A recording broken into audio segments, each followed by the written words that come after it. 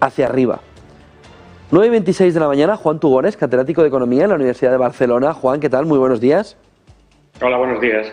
Bueno, vimos revisión del Instituto Nacional de Estadística en la jornada de ayer, 2022, 2021, vamos, que casi crecemos más que China en la salida del coronavirus. ¿Qué fotografía o qué ves en ese cambio por parte del Instituto Nacional de Estadística?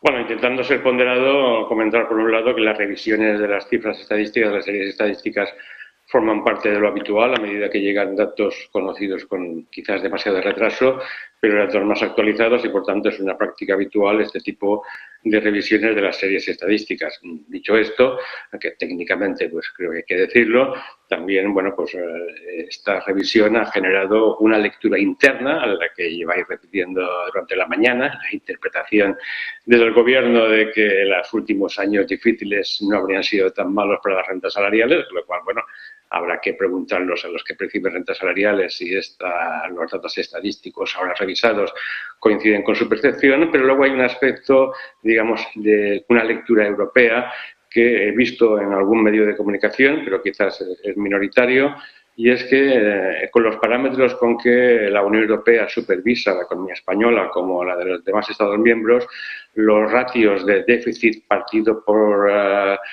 déficit partido por PIB y endeudamiento público partido por el Producto Interior Bruto, la revisión al alza del Producto Interior Bruto hace que estas ratios de déficit respecto a PIB y endeudamiento respecto a PIB sean ligeramente más favorables en las cifras oficiales, lo cual pues suaviza la presión que puede llegar de Bruselas para emprender reformas para corregir los déficits que son excesivos y sobre todo para corregir un endeudamiento público que se mide como se mide es excesivo.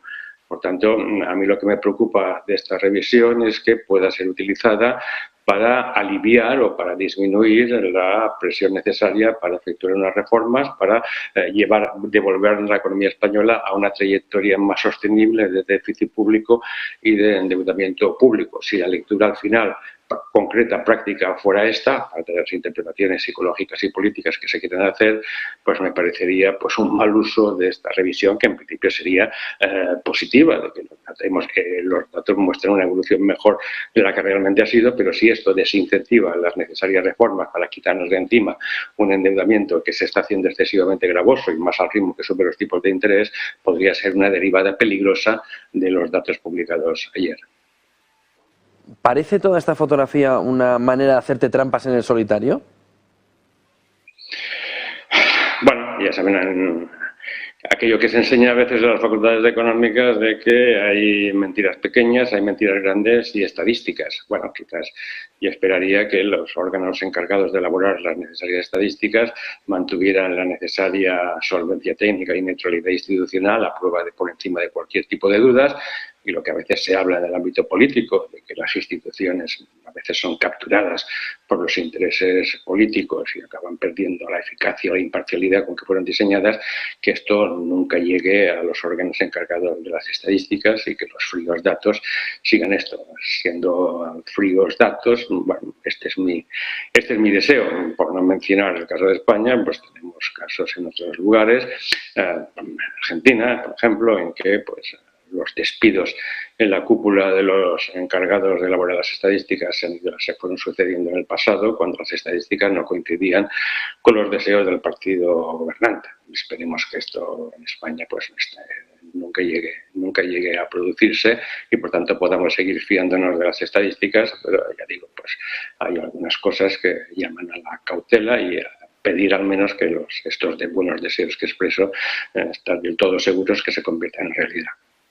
Decía Nadia Calviño que este cambio viene sobre todo para mejorar y para beneficiar a las familias. ¿En qué cambia a las familias un cambio estadístico? Porque es bastante incomprensible la expresión, ¿no?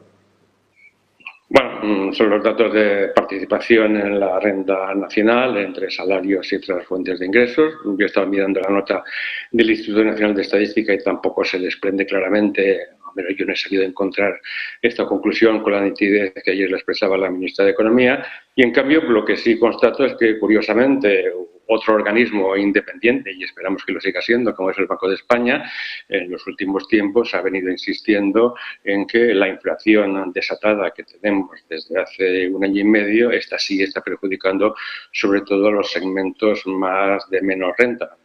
España lo ha repetido varias veces, el Banco Central Europeo también, pero bueno, una conferencia reciente del gobernador del Banco de España insistía con datos muy desagregados en que la inflación estaba perjudicando sobre todo a las rentas más bajas, porque estas rentas más bajas tienen en su composición de gasto un mayor peso del componente de alimentos, que como todo el mundo sabe es el que está experimentando elevaciones más importantes. No deja de ser curioso que un organismo con fama de tecnocrático, de frío análisis como el Banco de España realmente esté preocupado porque la inflación perjudica a los sectores más modestos y en cambio pues el gobierno intente lanzar mensajes de que los sectores más modestos son los que están saliendo favorecidos entre comillas de su forma de gestionar entre comillas la difícil situación de los últimos tiempos. Sería algo así como casi como el mundo al revés.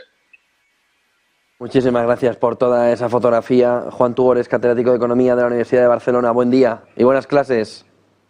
Muchas gracias, igualmente. Buenos días. 9:32 de la mañana en una